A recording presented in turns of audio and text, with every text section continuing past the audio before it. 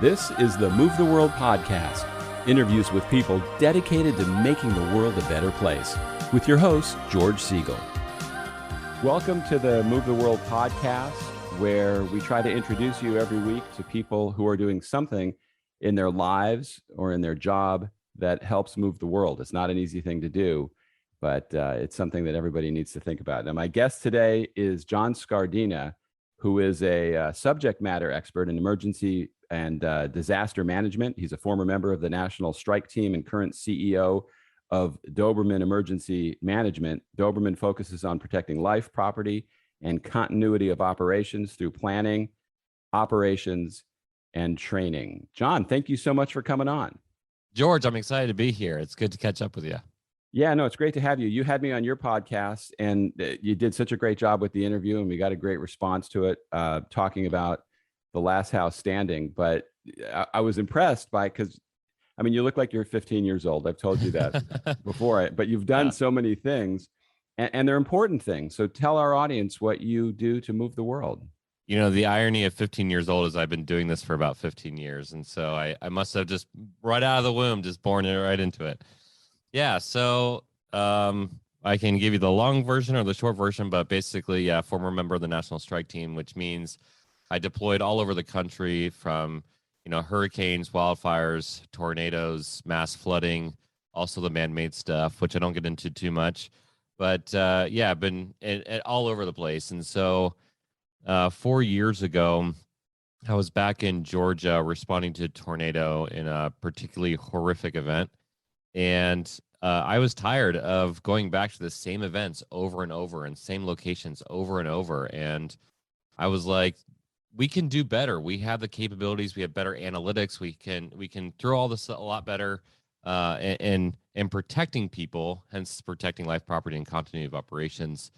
And so I left the federal government, brought a lot of former members of the National Strike Team with me, and formed Doberman. And so our focus really is now, we really, you know, there's a catchphrase in our field is like resiliency, building resiliency. Even like the big grant, it's called Building Resiliency in Communities. And that like irks me, because the idea of resiliency is, be able to bounce back. And so I was like, I don't want people to have to bounce back. You know, that's the idea behind Last House Standing, which is why I like the film so much, is because it's like, hey, there's simple things you can do, better building codes, better techniques and readiness. And so instead of saying preparedness, we talk about readiness. We talk about be able to do all those prudent actions you're supposed to do, not doomsday preppy actions, but things you're supposed to do now, so that when the hurricane comes, it comes and goes and you don't really think about it. When the tornado shows up, the idea is that it doesn't impact your house and you can keep living your life. When there's an impact, you know, that's when there's a major issue with me. And so that's what we're doing to move the world, I guess. Yeah. You know, and it's to me, that's a field that's so difficult to gauge success, because when you want to move the world, you want to think you're doing something that people automatically get. But this is like walking in mud or quicksand, because it's hard to get people to change their behaviors to do the things that are necessary to achieve what you're trying to do. How do we make that happen? Yeah, I think the biggest problem we have in emergency management is messaging. And so we have basically two different cultures of emergency managers now. You have basically retired fire and police who say, hey, I want a cushion job and I'll write your plan. Well, the problem with that is if you're in fire, you focus on only evacuations because that's what you know. If you're police, you do physical security, right? That's what you know. But the field is definitely changing to people with degrees and with a more of a holistic approach to disaster response. And that's not to discredit people with fire and police background. We're very grateful for what they can bring, that expertise that they can bring to the field for sure. But what we're talking about is changing this idea of, you know, I hear a lot of emergency managers, for example, say, oh, we're preparing for the what if, or we're preparing for, you know, the unknown. Well, that gives people a connotation that we're thinking of everything all the time, right? Every disaster is plausible. And that's not even true for our field. We know that, you know, that levee that's 50 years out of date is most likely to be damaged in the hurricane and causing a flooding. And it's probably very unlikely that a nuclear blast is going to happen. And so we prioritize, but we don't articulate that very well. And so a big thing with Disaster Tough podcast, the show you were on, or some of the stuff that we're doing, is we're changing the way people look at it. We don't like to use doomsday preppy phrases like preparedness. We say readiness.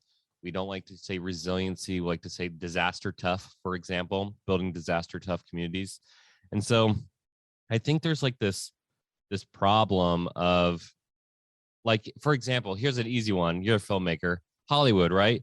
You have the giant explosion. You have the unrealistic T-Rex, chasing you. You have these crazy things, and people are super attracted to that, right? They're like, oh, that's cool to see that in movies, the big explosions, and like the cool guy walking away from it. But as soon as you start talking about explosions in your real life, people are like, oh, that's never going to happen.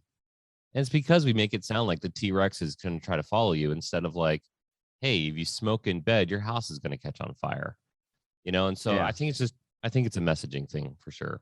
Well, there's no question. I mean, we were talking the other day about the movie Twister, which is one of my favorite films, but you're not walking up to a tornado and putting Dorothy in there in the real world. It's a superhero movie. The guy is like halfway through the movie, they're like, oh, just wait for him.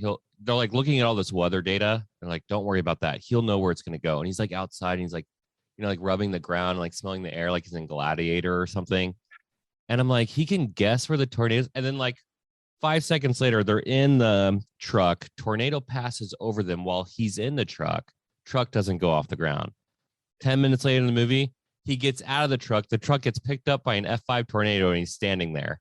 And I'm like, oh, okay, it's a superhero movie. He's like the tornado whisperer or something. I don't know. I've seen that movie 20 times, but I totally get what you're saying. And it does make people think that, hey, it's not going to be that bad. I mean, they show the bad, but they also show them taking incredible risks. And that's the thing I think we're seeing. Interestingly, every hurricane season, we see this. We saw Louisiana in the most recent hurricane. It was Ida, I believe. Yep. Now, that did damage where we would expect it to do damage, but as it moved up to the East Coast, people that probably never thought they would have a major flood are all of a sudden getting wiped out. So it's not just paying attention to where the bullseye landfall is in disaster management, emergency management. You've got to follow it through and see every place else that it's going to affect. What do we need to do to get those people ready? Because clearly a lot of people were not. Yeah, so that's a really good point. Again, going back to that messaging thing, if I tell somebody in Tennessee that they're going to be impacted by a hurricane, they're probably going to be like, what? Right? And we just had, I think, 6 deaths, unfortunately, from the latest storm that went through there. And we've done hundreds of rescues, water rescues. But if you say to somebody in Tennessee, you could have a wind event or you could have a rain event that could cause, localized flooding, again, that sounds a little bit more realistic. And so I think the way to help people get ready for disaster is just to be able to utilize their localized terminology and culture instead of trying to fit our mold of what we think matches. A prime example is mustering locations. If I say mustering locations to an emergency manager, they know it's points of evacuation. They also probably know that if they have a military background. I worked at a facility with only PhDs, and we told them in our drill, this is no joke, we told them in our drill, go to each of the 3 mustering locations. There was a sandwich shop across the street, and I can't even tell you how many PhDs I had to tell, can't go to the sandwich shop, like mustering, like sandwiches, right? Like, they thought I was talking about like lunch meat or something. And it's like, oh my gosh, man, I'm not talking about the condiment. Let's, so there's a messaging issue for sure. And I'll probably be repetitive, but I can switch it over to whatever you need to do. Yeah. Yeah. Well, but that seems to be the frustration. It's like, I live in Florida. And so far this year in Tampa, where I live, we've been brushed by storms where they could have hit us, but they've missed and gone other places. But I don't see people using that as a wake-up call, like, wow, this could happen. People look at it as it almost makes them feel more emboldened to believe it's not going to happen to them. Gosh. So I think it's tougher. Near misses or forecasts that don't pan out, I think are worse for us than a lot of other things that could happen. It's true. There was a famous storm or a famous event for a snowstorm that was going to hit New York City. New York City spends, specifically Manhattan, $1 million per inch that falls on clearing their roadways. And so when a meteorologist says, hey, we're going to be hit by this massive snowstorm, they closed down everything in New York City. They prepped all this stuff. A lot of costs are associated with that. And the storm missed them by 50 miles, made a shift, right? Science isn't perfect yet. And people are like, oh, I don't need to pay attention to this. And people are all, calling it out, right? But my thought process is there's no such thing as the boy who cried wolf in emergency management. Again, that's a cultural shift that we have to make of it's actually good news if it doesn't hit you, right? You have to recognize that this is a possibility. It's weather, things shift. And if it doesn't hit you, that's great news. That doesn't mean that the very next time it could hit you. It's like the same idea of 1% floods. People hear a 1% flood. They think it's 1% every 100 years, 100-year flood. They hear that and they think, oh, well, I haven't been hit in 50 years. That means I have another 50 years. No, it means that every year you have a 1% chance of being hit. Just because it didn't hit you last time has no bearing of what the next one will do. It's like having kids, right? My son is very different than my daughter. I love them both, but just because one does something does not mean the other one's going to do the same thing too. Yeah. And I think when it comes to evacuations too, when you see people that go through and it's a real to-do to have to evacuate, when you evacuate and it doesn't happen, I think people react with anger and frustration, especially if you sat on a highway for 15 hours trying to get out. But the reality is you have to think of the alternative to that. Brock Long said in our film, The Last House Standing, that the reason we don't hear a lot of flood storm surge stories is because people don't usually survive those. They're usually killed. And I just don't know how you shake people enough to make them change. We see people get wiped out every year. They get that hearty, we're going to rebuild, we're going to build back, but they're not always building back better.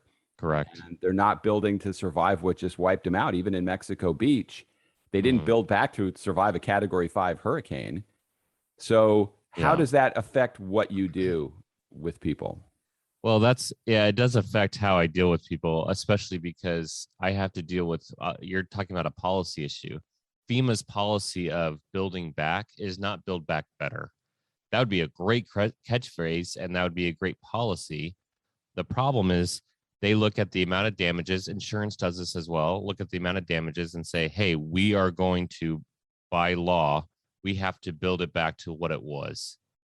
And if you have any amount of thought, I don't want to say intelligence, but there's a lot of really good people working on this. But the idea is that, well, if that's just as vulnerable as it was before. And the problem with weather events is the messaging. Again, this whole messaging thing is weather events repeat. The anniversary of Hurricane Katrina in New Orleans was Hurricane Ida. Category 3 hurricane, catastrophic. Hurricane Ida, Category 4, catastrophic. 1.1 million people out of power. I think to this day right now, they're down to about 450,000 is the latest I heard. That's a lot of time without power for people who need life-saving, supplies for sure. So it impacts me lots of different ways. Oh my gosh, I could talk about that one forever. But yes, it is very hard to communicate with somebody who doesn't want to focus on disasters. It's a pretty tough field. And to say, hey, you have to think about this. You have to change how you're going to react. And I honestly, what you're the root of the problem, if you're talking about sitting on a highway for 15 hours and something not happening, man, talk about the most first world issue ever. It's like when their plane is 15, 20 minutes late and they're like, oh, how dare, I'm going 550 miles an hour up in the sky, but I have to wait an extra 15 minutes. I think there's just maybe a level of narcissism that we maybe had to address that just says, hey, like, yes, you're impacted, slight inconveniences, but you're totally fine. And that was the goal. Hey, but you're welcome. You know what I mean? So I don't know. What do people want to be hit by a disaster? That's the problem. I just don't think they think it's going to actually happen to them. And it also makes me wonder, why doesn't the insurance industry care more about this? And in some countries, we had Henk Ovink in our film, who is a water ambassador from the Netherlands, where over there, if you're living in an area that's prone to disasters, they don't let you live there. Mm. And if you do get wiped out, you have to build back in a way to survive. I mean, they have a whole different mentality about it. Our mentality here, because everybody thinks it's my right to do what I want, but the cost of that is killing us. Yeah, I think there's a conflict between compassion and logic. Like when somebody says, I just want to keep living here and this is all I've ever known, that compassion side goes up pretty high. That happened in the Ninth Ward. They should never build back in the Ninth Ward. But we had a movie star go in there and build a bunch of cute homes that are very dangerous still in an area that floods. I'm talking about Louisiana. And those people who moved back in there, they're like, I've been here for 4 or 5 generations, you know, and Hurricane Ida just hit and they just had major problems in that area again. So you have this compassion side of people who that's all they know. And where do they go for work? Where do they go for all these things? But then you have the logical side of this is a flood zone. You are 30 feet below the levee, literally. And that's a problem. And so I don't know. I think we have to address policy for sure. And I think we have to get people to be a little bit tougher, to say, hey, that's a tough call for sure. But, you just lost a family member. Let's not do that again. Yeah, no, it's horrible. A friend of mine who lives in Louisiana just showed me her flood elevation survey, and every number was minus. Minus 4 feet this side, minus 3 feet this side. Yeah. It's kind of easy to see where the problem's going to be there in terms of flooding. And it makes you wonder. You're saying that's true. The risk versus the reward and having compassion, because you want people to not have to get uprooted and move, but you also don't want to see them killed. You don't want to see them lose everything. You don't want to see them suffer. So at what point do you, as a disaster guy, do you step in and say, look, this isn't good. We got to do it differently. I think I want to say the best policy, but one approach is to say, I'm not going to save you. And that is incredibly difficult for myself or somebody else in our field to conceive. And we have said it before and we still do it. So we don't really make good on that word because we care about people. That's why we get in this field.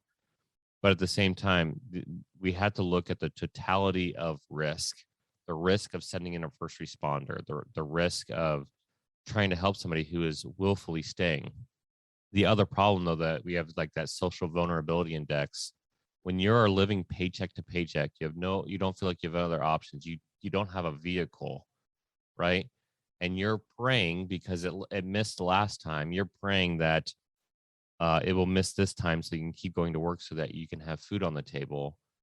It's not everybody who stays is because they want to stay.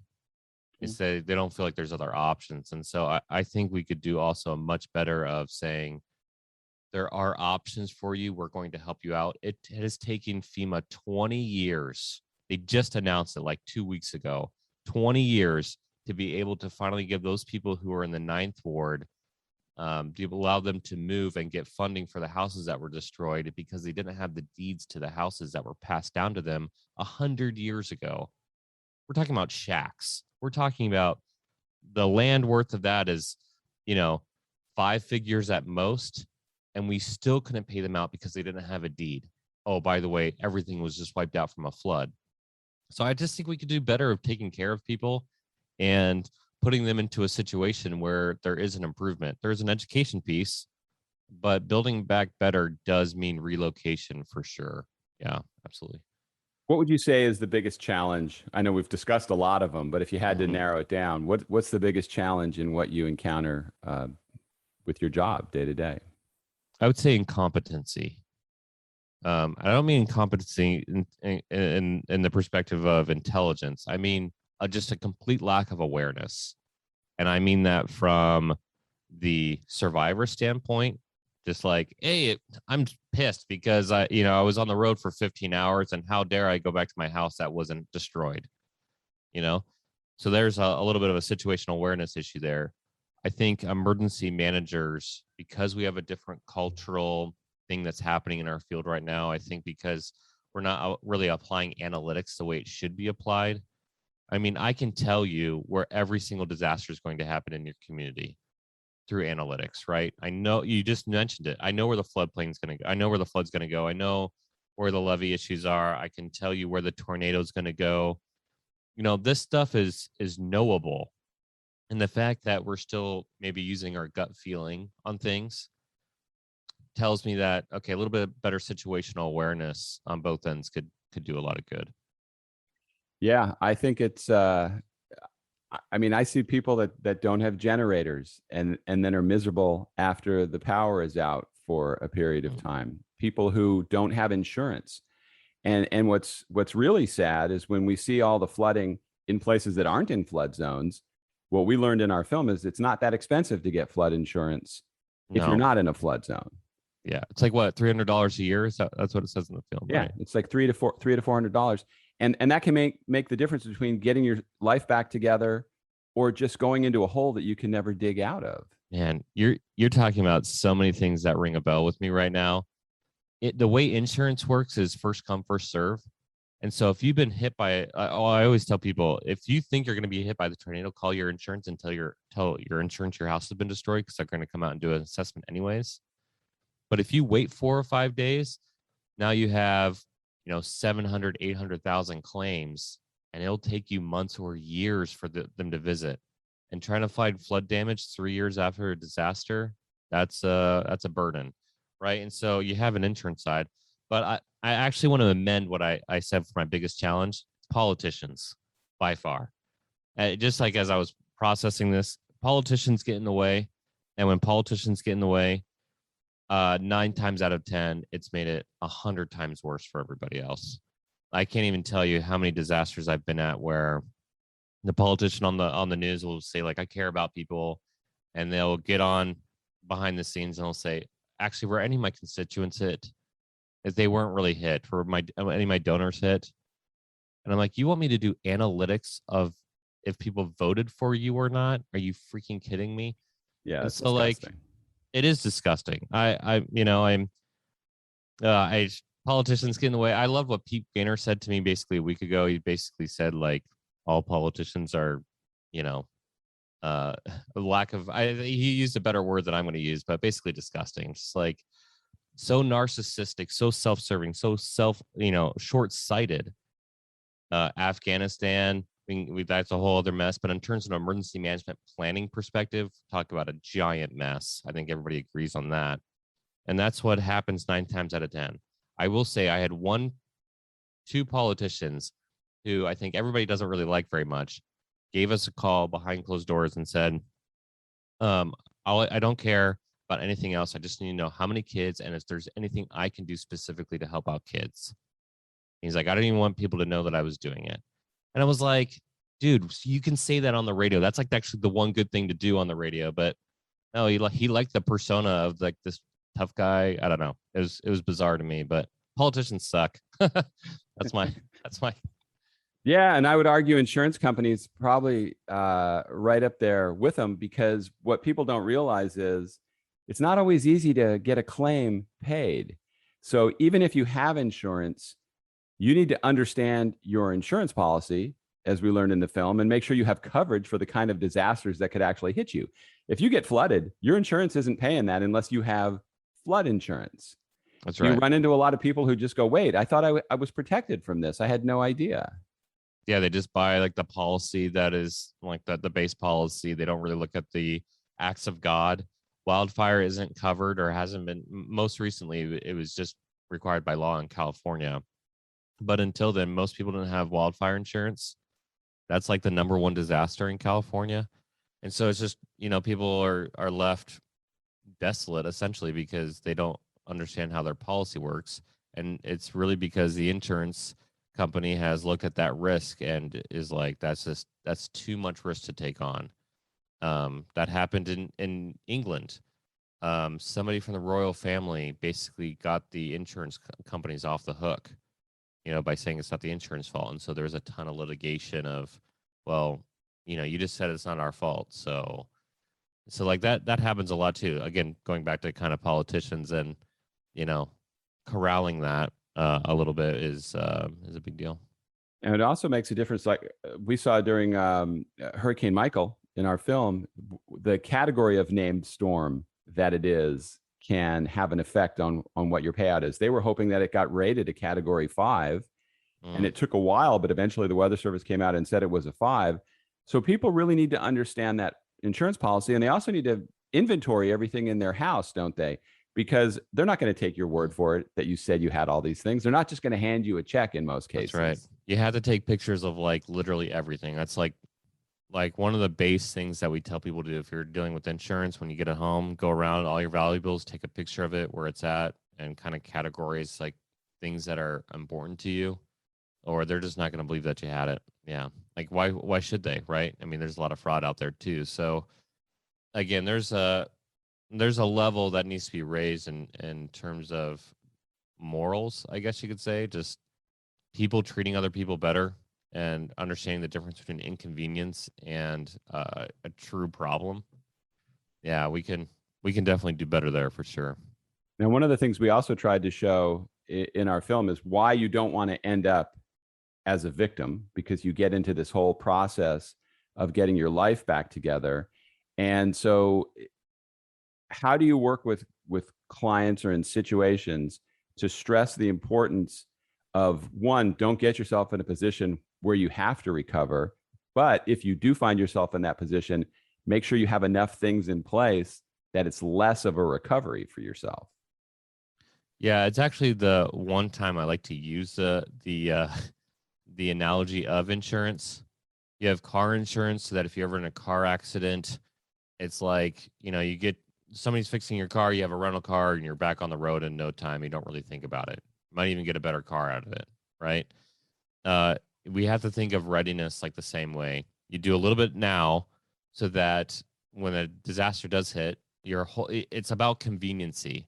It's not about the world ending and like having to live in a bunker for 50 years. It's about, oh, that tornado came and went, that hurricane came and went, because I did a little bit of preparedness now. I can move on immediately in the future. So I think it's just changing the messaging. I also think telling politicians, hey, by the way, it's a 1 to 6 cost ratio. You're going to spend 6 times as much trying to fix a problem after it happens, and you're going to have, you know, a storm of media that's going to be hounding you and litigation, or you could just take care of it now, and you're welcome, right? Would you agree that most people probably understand the safety features of their car better than the safety features of their house? I have an Yes. airbag. I have side airbags. I have this fancy. I have seatbelts. But their house, they don't know what that's going to withstand. They probably really didn't think about it that much. I don't think they think about it. I don't think the contractor thinks about it very much. That's I just obvious. did some wiring in this house, and I cannot believe the routes that they were taking on wiring. Even it's like there's not a lot of forethought in people's planning, and I think that comes from this idea that to get it done quick instead of get it done right. And yeah, like I love that. Yeah, I definitely know what the safety features of my car are. I think less than 1% of people out there know the safety features of their home or how they should utilize their home to keep them safe for sure. And also, we're less likely, I think, to, if we wait for the people at the top, your friends, the politicians, to enact stronger building codes and make things safer, that could be lifetimes for us. So what I advocated in the film, what we talked about, is take control of your destiny, that all of us at the bottom need to demand more. Don't Mm. reward a crappy builder. If a guy's building garbage houses, don't buy it from him or her. Don't let them Yeah. get rewarded for their sloppy work. Well, you're talking about something that is virtually non-existent right now, and that's accountability. Corporations talk about accountability. They'll fire an individual if they say the wrong thing or they do something stupid, an individual. And that's pretty much to protect their image, right? But in terms of accountability for a large scale builder, large corporation, a politician, there's no true accountability. And I'm not talking about anything insane. I'm just talking about not voting for the person. I'm just talking about, uh, you know, don't use that builder, hold their feet to the fire a little bit and make them change, or don't use them. Like, where's the consequence? emergency management is about consequence management. That's like the other term for it, right? We're the problem solvers, and yet we build back to what it was. That's not a lot of consequence management. That's the same thing with politicians when they get in the way, or when insurance companies, your number one problem in California is earthquake, and the number two is probably wildfire, and depending on the year, it might switch based off of analytics. And how many people have earthquake and or wildfire coverage? If you're Bet trying you to that get away number's from very that, low. That's it is really very low. low. It's extremely low, and it's Now, disheartening. yeah, Yeah. it is. Now, one of the things Hank Ovink also said in our film is when a disaster does wipe out a place, it's like an X-ray or an MRI, and it shows you up close what your vulnerabilities were, and then you have to decide how to build back and get things back again. The idea would be a preventative MRI or X-ray, so you do it before the disaster strikes. Mm-hmm. How do we get people to do that? So there's two ways. It's called a hazard vulnerability assessment, and they are happening. They're real. How do we get people to use them? So we did a couple clever ways. One, every plan that Doberman writes, we provide them an analytically based hazard vulnerability assessment. It basically says, hey, whether this is in scope or out of scope, we just want to be able to provide this to you so you know what your hazards are so you can start addressing them. And that's our way to be able to give back to communities. The other way is, again, a Doberman product, is we started calling these residential hazard vulnerability assessments, or residential HVAs, where if you're buying a home, you can go to our company and say, hey, I would like to know like what my localized hazards are. They can do these for like countywide, and some states provide like a general super outdated one. But what we do is we go in there and we look at the property and we look at the scope, and we say, okay, like here is what you have to take care of your property, whether you have a vegetation issue or you're going to you live, 200 yards from a train that's carrying hazmat material. You have to understand like what the risks and hazards are there. And so we break it down for people. So when they buy a home, they can start addressing things immediately that are high priority, and the things that are low priority, they can, address those after the high priorities are done. So I think if we were not just Doberman, I think if everybody was helping out homeowners, like, why isn't the fire marshal involved in people helping to buy a house? Right? That is part of the process of buying a home, right? They have to get approved, but there's no HVA. I think when you buy a home, that should be standardized. I think everybody should know what their hazards are.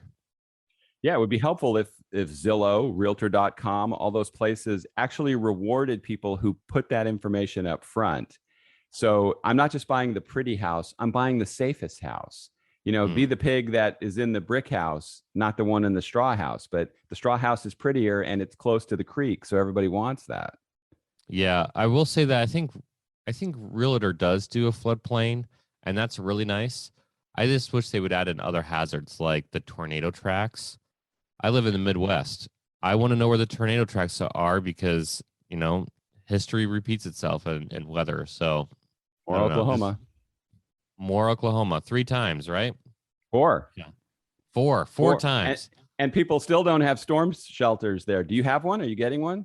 Yeah, well, we don't live in Moore, Oklahoma, that's for sure. But yeah, we have things that are taken care of in our basement that if there's an incident, I know basically it's our storm shelter down here, is that we can take care of that, right? So the fact that people don't think about it though, it's mind-boggling. Like, I think I'm more afraid for them than they are, because I go in afterwards and I get to leave, of course, after the disaster, which you think of what's left behind and how tough it is for them. But I just don't know what it's going to take. Now, I am curious from you, the name Doberman. When I was a little kid, I was attacked by a Doberman while I was riding my bicycle. But I love the name because when I think of it, I think of looking after people. That dog is not letting anything get by it. What was the thought process in using that name for your company? Well, there's the official statement, and then there's like the unofficial. The official statement is that I wanted an image that said safety and security to people. People think that could protect people. And that wasn't overly mean, I guess you could say. So I'm sorry you got bit by a Doberman. That's funny, but yeah. So the idea of Doberman came from that, and I like how phonetically it sounds too. It's easy to remember. Um, people come up with names that nobody's ever heard of, and they can never remember it. And so we want people to use Doberman products as much as they can because we feel like it will really help them. The unofficial is that outside of just the way it sounded, I wanted, how do I say this? I basically wanted a thought process that rung in people's ear that could help them remember something they like. And a dog is is a pretty good image for that, of just like, your best friend kind of thing. And so I thought it just hit on both ends. It's easy to remember. Phonetically, it sounds great. It has this connotation of safety and security, but it's, we want to be your best friend too. We want to be able to help you out. If you called the company King Charles, I just don't think it would have the same impact. Doberman is strong, and you just know that it's watching out for you. Yeah, we could use other names too, but I think we'll pass on that. Yeah, I think it's a win for us. It's been good for us. We've gotten good work from it. The funny thing about Doberman is we really have these two verticals building right now. One where it's like the work side. We write plans, we mitigate disaster for sure. But then we have the other vertical of the Readiness Lab, which is like education through podcasting, as you brought up before, Disaster Tough. But we have other podcasts on there now. And so we're expanding that like education piece, but we're also going to be offering trainings to both professionals and the general public to be able to get better at being ready, right? So we're pretty excited for those two verticals for sure. No, that's awesome, and it's so important to see that through. Now, if you had to give advice to people listening, they're thinking, well, I don't do anything on a daily basis to move the world. I just kind of go to my job, I come home. What advice would you have to people to maybe channel them in the right direction so they feel like they're doing something? Yeah, this is going to be super cliche, but I have actually put a lot of thought into it, so it's not cliche. We all could be much more kind. And I think along with that, I think we could all be much more forgiving in the perspective of giving people the benefit of the doubt. And I say that as an emergency manager who has literally pulled people out of the mud or has done the body count. Instead of just calling them like stupid, why'd you stay, and just getting angry about it, like understanding like why they might have stayed. But on a daily perspective, moving the world to, I'm not talking about utopia. I'm not talking about some, existential, like we're, this crazy thought process. I'm just talking about if you're a little bit kinder to each person each day, then one, you improve as an individual, but two, the reactions around you will improve. Take, for example, this is kind of intense, but active shooter. People think, oh, that person's kind of acting weird lately. I got to fire them because they could become an active shooter. FBI says the best preventative action for an active shooter is long-term care. The Journal of Clinical Psychology says that the number one preventative action against harmful action is kindness. And so these are like statistically founded. This is like analytically founded truth that it will make you better, it'll make the other people around you better. And if you're kinder, then hopefully you'll be kind to the emergency manager when he says, please evacuate. And you'll be like, I'm going to give you the benefit of the doubt. Last time it didn't hit my house, maybe it's going to hit my house this time. Or I was on a road for 15 hours and nothing happened. I'm glad that my house is still fine. I think if we, on an individual level, focus on that, the world will dramatically increase for the better. That's a great suggestion. I mean, we've gotten to the point where we're so unkind to anybody we don't agree with, or that doesn't agree with us, or that doesn't tell us what we want to hear, that it's baby steps, right? Give it, try it on somebody, see the result. Maybe it's not going to change the entire world, but you can certainly break off a little piece of it and make a difference for somebody. I had a politician who I had to work with pretty frequently, and using that terminology earlier, he sucked, man. It was frustrating to work with him. And yet, because I was persistently kind, of like trying to help him see our perspective instead of just getting frustrated and angry, I found out his kid was coming to one of our Earth Day events. And so I went all out. I built an augmented reality sandbox. It's basically a projector that looks down at a sand with infrared. And so when you move the sand, it changes the topography, and his kid loved it. And after that, he approved like every project I sent his way. And just by being kind to a person, instead of writing him off and saying like, whatever, you're an idiot, like I'm done with you. After that day, he was like, hey, I just realized you're not a doomsday prepper. You actually know what you're talking about. You're a pretty smart guy. And so I was like, that was your whole hold up this whole time. And so like just being kind to people, even the politician who I just derailed on this interview. Well, you didn't name him. Yeah, I didn't name him. I'll never name him. I'm smart enough not to do that. But even giving them the benefit of the doubt, you don't know all their life experiences, and you're going to be able to do a much better impact for good if you're kinder to people. Everybody can yell. It's easy to yell. It's much harder to be patient and be kind and encourage people to do the right things. For example, changing their building codes, putting commercial sprinklers on their roof if they live in a wildfire-prone area, hurricane or tornado-prone area with those wind events, better building codes. I think we have to do consequence management. I think we have to have accountability, but we don't need to be a jerk about it. We can say, hey, you got to improve or we can't work with you, right? That's a better approach than just saying, I hate you, you're done. And that kindness thing, like after a disaster, a lot of times you see who the true heroes are, the people that rush in to save people and are trying to help them. But it also brings out a nucleus of people that are there to turn a profit and to scam people, whether it's jacking up hotel rates, the guy that comes in and says, I'll put a tarp on your roof for $5,000.